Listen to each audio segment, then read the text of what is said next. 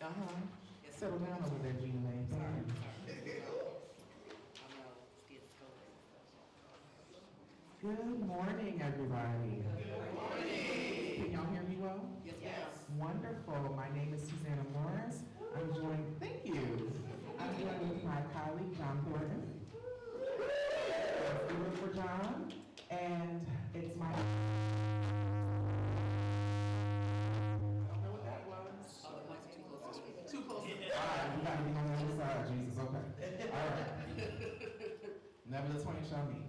Okay. It's my absolute honor and delight to welcome you to So Be It, See To It, 50 Years of Octavia E. Butler, here at the Historic Academy of Medicine. I'm Susanna Morris, Associate Professor of Literature, Media, and Communication here at Georgia Tech. John, do you want to introduce yourself? Yes, we're going to try this again.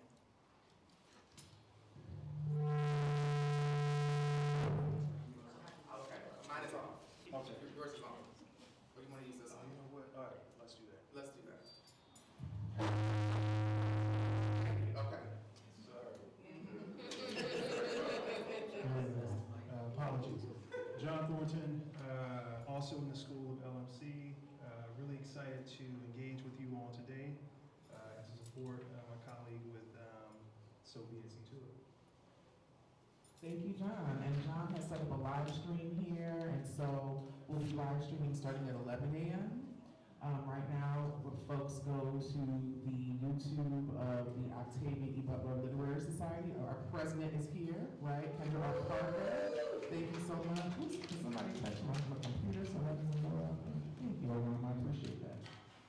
This is a very homespun event, but we're here. So Be It, See To It, 50 Years of Octavia E. Butler is a production of the Earthseed Project, a Mellon Grant project funded, held by myself, John Thornton, and Kenitra Brooks, who's here in spirit. She's at Michigan State University. The Earthseed Project is a humanity-centered collaboration of Afrofuturist students, scholars, and community stakeholders based at Georgia Tech and Michigan State, who seek to broaden discussions of and create solutions to climate change's impact on Black communities. We understand climate change as a social justice issue that disproportionately affects Black communities, and so with the use of Afrofuturist curriculum, medicinal community gardens, podcasts, films, research symposia, like what we're doing today, and scholarship, we seek to address the significance of climate change in Black communities in the South and Southwest, or Midwest. Over 30 years ago, prescient science fiction legend Octavia E. Butler predicted this very moment in her novel, The Parable of the Sower, and its sequel, The Parable of the Talents.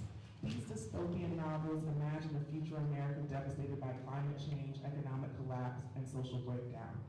Earthseed, the religion and social justice philosophy that emerges from the Parable series, focuses on humanity's ability to change, grow, and take care of our destinies. Set in 2024, Parable of the Sower chronicles political strife, climate catastrophe, and the depreciation of literacy and access to education. Parable of Talents follows the development and dissemination of Earthseed during the rise of a fascist government and amidst increasing climate catastrophe. My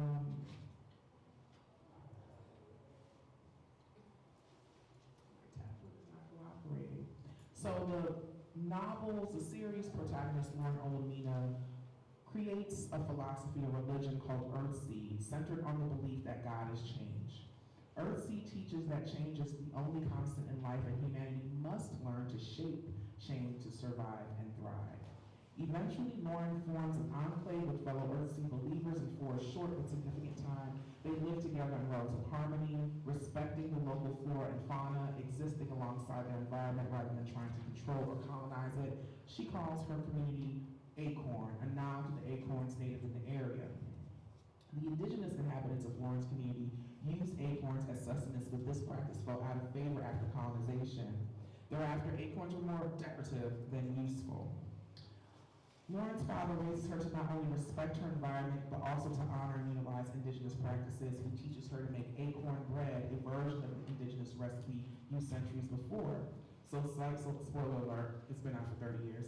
But although acorn is ultimately destroyed, Earthseed flourishes, and by the end of the novel, Lauren's prophecy and hope that humanity would, quote, stars begins to come to pass, and her example of coexisting in harmony with one's surroundings is central to the movement she creates.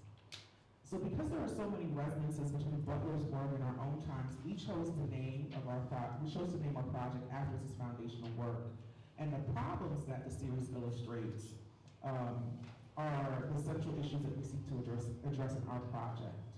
So today's symposium is one of the community education events we're holding during our grant period, and we hope it will spark conversations and learning about the work.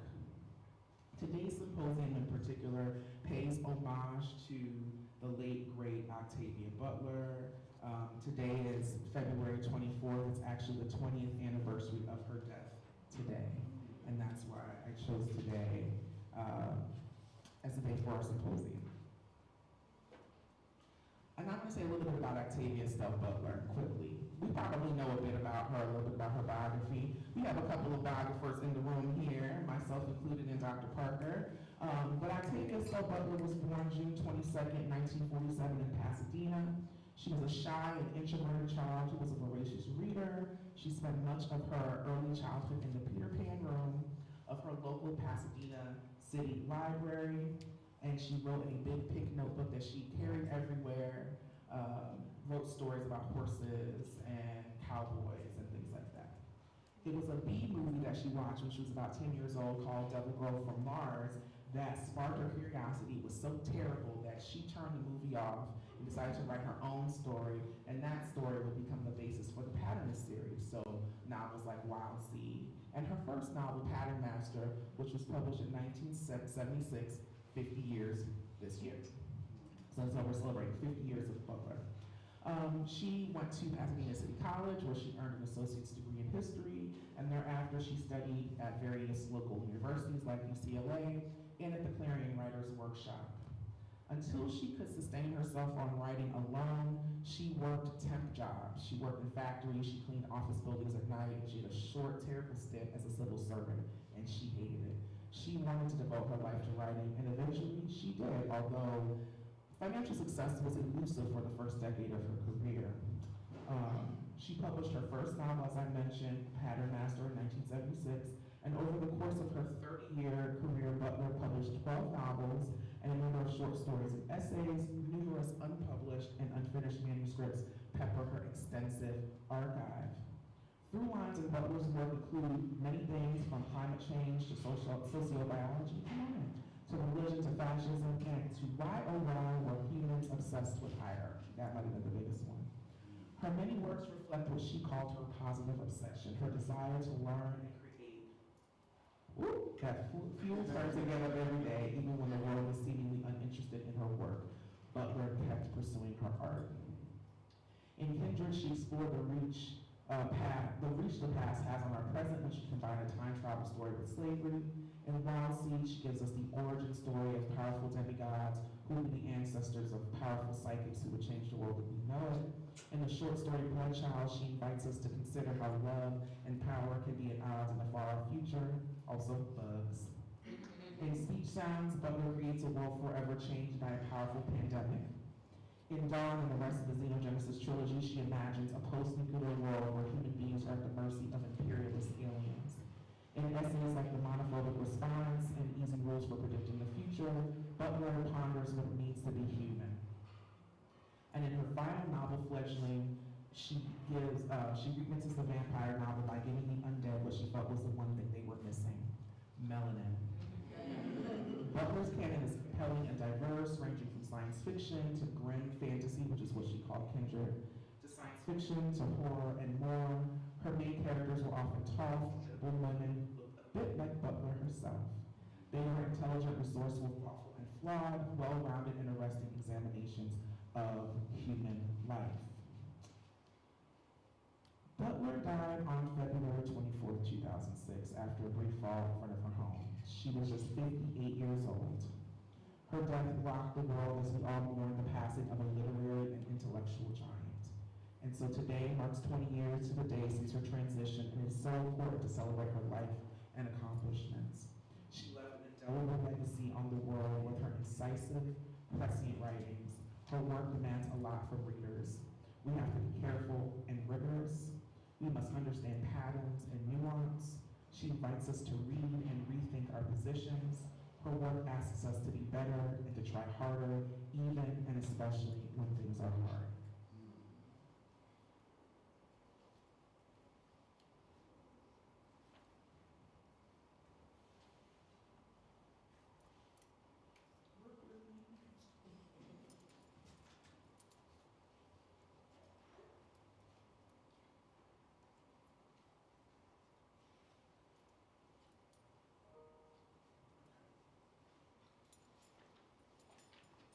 Today's symposium is just one of many opportunities to reflect on her work and celebrate her brilliance. So we'll have student presentations after this opening ceremony. My students are already in place downstairs.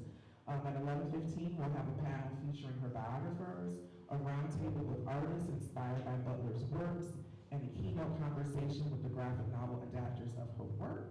So exciting. My hope is that today will be a day of fun, learning, excitement, connection, and food.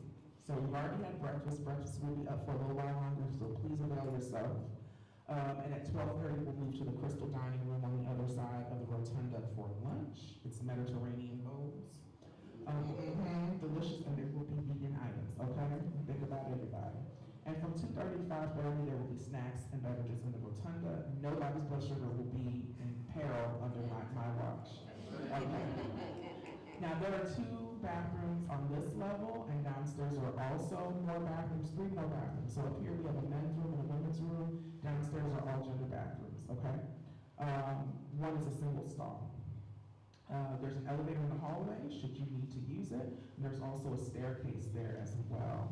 There is a quiet room on the bottom level that is next to the restroom. So if you want to have a moment to woosah and relax, you can do that, okay?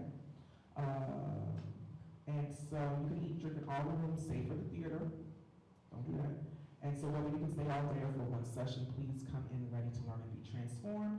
If you take a look at your program, you'll see all the sessions there and so on. The poster boards are down in the Magnolia room. Please go downstairs after this and read the poster boards and ask the students questions. There's students from my LMC 3226 course called Major Authors Octavia E. Butler. So they are Butler experts, okay? So go ahead and ask them lots of questions. They've been researching. Be sure to also visit Olama Parr's art installation on Yanbu patterns. Olama, raise your hand, please. Yes. Yanbu patterns is an installation drawn from Wild Seed that explores transformation, resilience, and embodied knowledge through visual codes that pull from Igbo cosmology. So it's really exciting. Go downstairs and check that out. Before I hand things over to John Thornton, and I'm actually going to ask you, Olama, to pull up, press escape, and then pull up John's thing. It's right there, his video. You see it? There you go. Who's going to play a clip from an Earthseed film project in process. I want to thank several people for making this day possible. First, thank you to my co-PIs, John Thornton and Kenitra Brooks, for dreaming up the Earthseed project with me. Y'all can do better than that. I gotta get churchy sometimes. Like it's secular, but I'm just saying. Okay. And Andrew W. Mellon Foundation for believing in the Earthseed project and funding our vision. Thank you. Appreciate that. I want to thank Kelly Ritter and the School of Literature, Media, and Communication. Kelly's in the back there. Thank you to Kelly for their support. Can you give them a round of applause?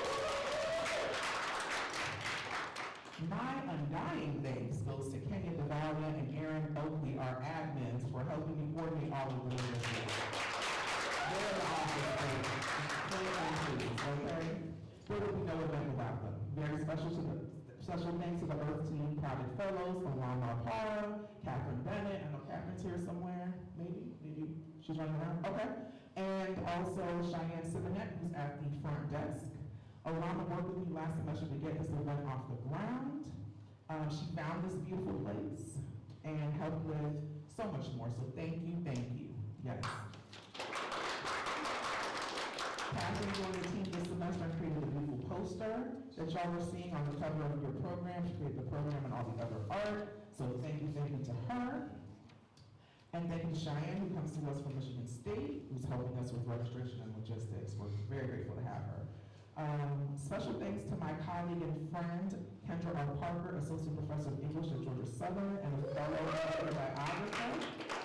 She has been a thought partner throughout all of this, and I know the symposium is all the better because of her input. Yes. Thanks to all the moderators and panelists, Bettina Judd, Jerry Candyman, Kendra R. Parker, Andre Brock, Fahamu Pegu, Alama Hara, John Thornton, Davey Duffy, and John Jennings. Many thanks to GT Catering for the vittles. Thanks in advance to our cart transcriptionists and ASL interpreters who will be joining us later. And many thanks to Adeline Bloom and all the staff here at the Historic Academy of Medicine for all their help. Many thanks to Karis Books and More for coming here and selling books. So E.R. Anderson is out there at the table. They'll be selling books all day and merch. Their little bookmarks and bags and things with Octavia's face on them. Our books are there. Fun fact, the image on the front of the program is of Octavia at Karis in the early 1990s. So it's an Atlanta picture, yes. So shout out to Karis for being the South's oldest independent feminist bookstore and a gem in our community. And thank you to all of you who've come today. We so appreciate your presence. So give yourself a round of applause. All right, so I'm going to hand it over to John, and we can talk about this film project. Thank you. Thank you so much. Again, John Thornton. And for those who don't know, I'm a filmmaker. I specialize in documentary film. And one of the things that we did for this project, or we are starting to do, is to tell the story through the lens of some urban gardeners who are in Atlanta. So our immediate collaborators are Kenyatta Parker, who is with A Sip of Paradise. We're working with Jamila Norton from Patchwork, and we're also working with Truly Living Well. In meeting with all of them, we found that the documentary project that we initially had in mind was too large of one to kind of tell their entire story. So what we're doing is I approached it as I don't know if you've seen the series High on the Hog, but I mentioned that we want to go to different sites. We want to be able to take the camera and take the community to their individual sites and tell their unique stories. So Kenyatta was the very first of the 3 collaborators that we have found. She's very excited to work with us. She, in spirit, wants to be here, but she's actually attending a conference. And so what we decided to do was to put together a teaser trailer for A Sip of Paradise. A Sip of Paradise is a garden that supports a lot of people who are in the hospitality industry, specifically bartenders. And what they do is they take unique things from a garden and they turn it into like these incredible drinks. So if you enjoy drinking, then this is a fantastic place to kind of chill. They also support, their land that they have or that they were given was donated to them by Georgia Power, and they use it to provide, what is it called? She's going to mention it in here. I just lost. It's going to come to me in a moment. But they use it to support a lot of different community outreach programs. And so this trailer is really just to kind of highlight what their mission is, or this teaser, I should say, what their mission is. And moving forward, I'd say into 2026 in summer, we're going to do a lot more profiles on this Paradise and then some other work with the other 3. For Jamila's sake, she wants to involve a lot of our students, so we're building a course where students can go and actually work and get some experience at Patchwork, and the same will be true with Truly Living Well.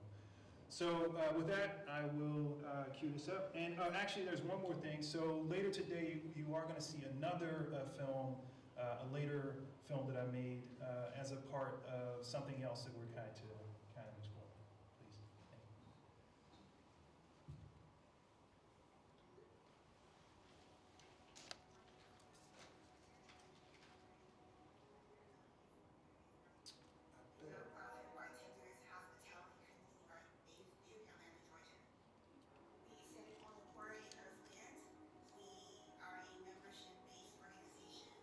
Our members are people in hospitality, so we are resident bartenders or